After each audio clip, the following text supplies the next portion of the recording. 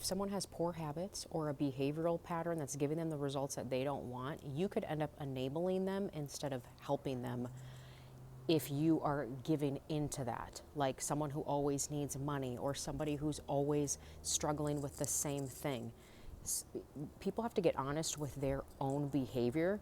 They have to get honest with themselves. And if that means looking at yourself in the mirror or writing down, these are the results I'm getting, and then going back and saying, what's the habits that are giving me these results? Because it's always starts from how you think, which is your paradigm, your culture, the deeply ingrained thinking process, behavioral pattern of why you do what you do. That moves into how you speak and how you act, which gives you the results. So you start with the end in mind and say, is this giving me results that I want or results that I don't want? And work backwards, because it's very easy to, the results never lie. Now, there is always a gestational period with starting something and then getting the results that you want, because like if you're eating healthy, it's not, you're not just all of a sudden transformed into, oh, I'm this healthy person because I decided to eat healthy the day before. It takes time for the habits to build up into a new person or to give you those new results. People need to feel the consequences of their own behavior. And if you keep coming to their rescue and you keep pulling them out of that, they're not going to feel the consequence. And the consequence is just reaping what's been sown. It's the, oh, I did this and now I'm dealing with this. Kids need to learn that as well. They need to learn through, you know, everything doesn't have to be learned through a life experience. It's like you don't have to, you could tell your kid, don't touch that hot stove. They don't have to touch it to learn. But when it comes to behavioral things, hey, you're waking up late and you're going to bed late. How does that make you feel? Well, that's the consequence. Staying up late and waking and then waking up late is the consequence of staying up late. So there's always a reaping to what's been sown before. And the only way to change these things is to do the opposite. Okay, we'll go to bed early, and then you might wake up early and feel more refreshed. If you're only getting 5 or 6 hours of sleep, and your body, like my body needs 8 to 10 hours. I've always been a sleeper like that. I almost require it. And if I don't, I'm just not. I don't feel good. Your face is puffy. I mean, you need sleep for your cells to repair and to not be all puffy looking and to think clear. You need sleep so your insulin levels are proper. You know, higher insulin levels are linked to lack of sleep or not as good quality sleep. If you're going to bed past 10, you're probably not getting good quality sleep because your body needs to shut down before that. Also, eating before bed. You shouldn't eat 3 hours before bed, because instead of your body repairing itself and resting, it's now working on digesting the food. So instead of you getting that deep REM sleep and having those deep tissues repaired and that all of that good stuff that happens, your body's not able to get into that mode because it's spending 3 hours of the night digesting food. So now that energy has shifted to the stomach that's digesting the food. It's a simple fix. And yeah, you might go to bed with a grumbly tummy and feel like, oh, I'm so hungry, but you won't wake up hungry. It's weird. You go to bed hungry, but you wake up actually feeling a lot better. But these are simple fixes that can give you tremendous results, like make you function at a clearer level, make better decisions, you feel better, you just are functioning better because your body is now functioning the way it's supposed to. You can tell when somebody's making some positive changes because they're going to stumble through it, and there's always a period of being a little bit tired or being a little bit rocky or on rocky ground before you get that new default person thinking and behaving properly or in that new self. It takes time to build that because your default person always goes back to what you're used to, what is comfortable. This is me, this is my comfort. And when someone tries to take that comfort away, it's almost like, oh, they're attacking me, and they're coming up against what I have and what I want and me being comfortable. They're taking something away from me. But you have to push past that comfort to then get to that new self. You have to. There's no other way to do it. You have to change the behavioral patterns if you want different results. Now, if all of your habits and patterns are producing what you want, and you're like, I feel great, my finances are great, my relationships are great.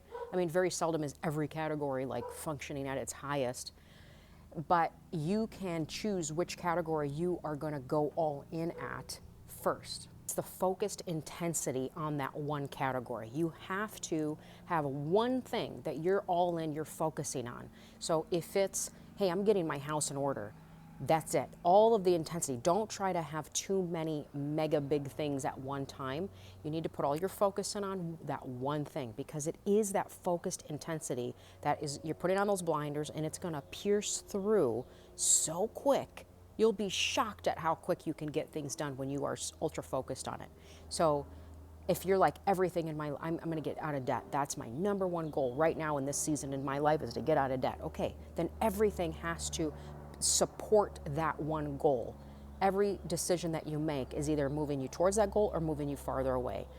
Everything. Now, there's going to be expenses and things that you have to, of course, life happens and you have to purchase. But if you are so focused on, this is what I'm doing, and everything else is going to kind of get set aside, you will be amazed at how quick you can start making progress. Now, once you get that done, whatever goal it is, and you're like, all of my emphasis right now is focusing on me getting my health done. Okay, so, my health in order. So then, again, your focused intensity is on that. That means you eat like you care. You are intentionally sleeping, working out, getting sunshine, hydrating, walking. You're intentionally doing it. Now, you may not have to worry about paying off the debt because it's already done, or maybe you don't have it. And now you're intentionally focused on getting your health in order. Maybe it's the house. You're like, I am getting this house decluttered, cleaned, simplified, elevated. Okay, then you're not going to be focusing on your working out at that moment.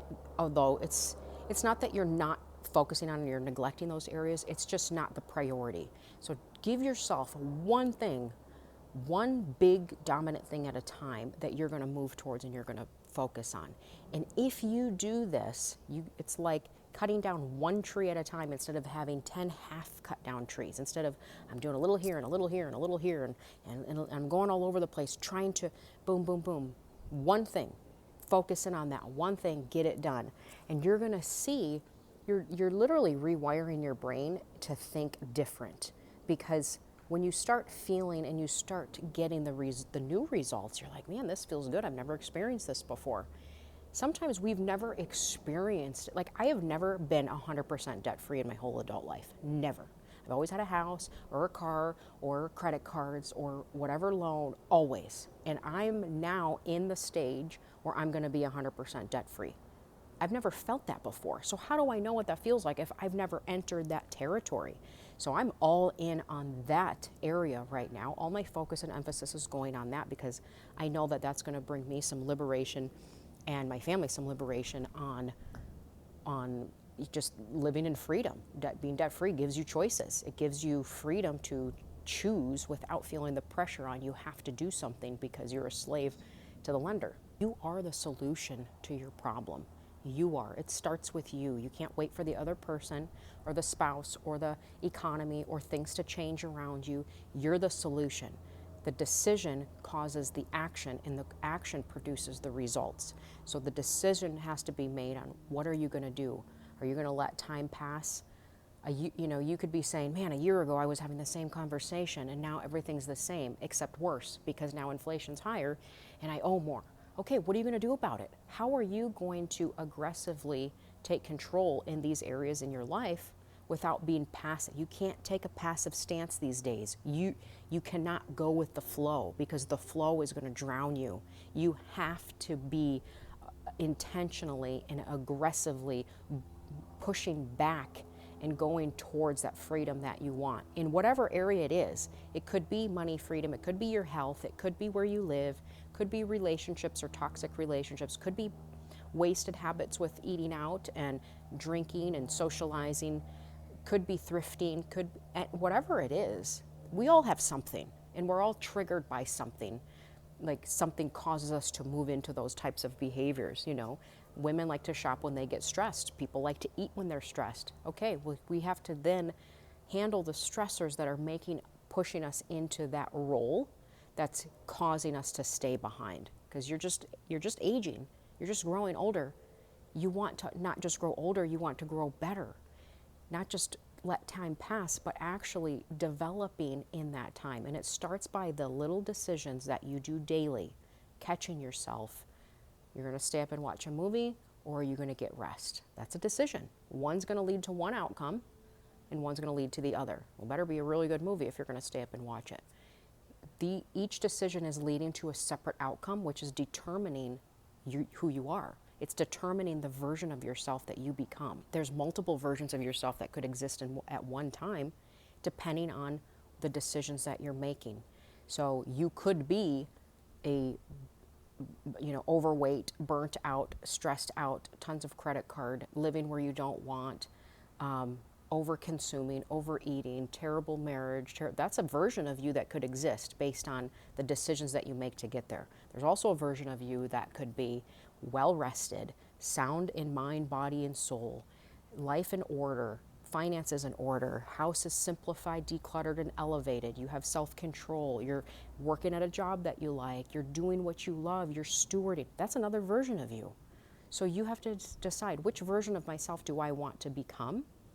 And are you going to spend time trying to help somebody else become their better version because you see the faults in them?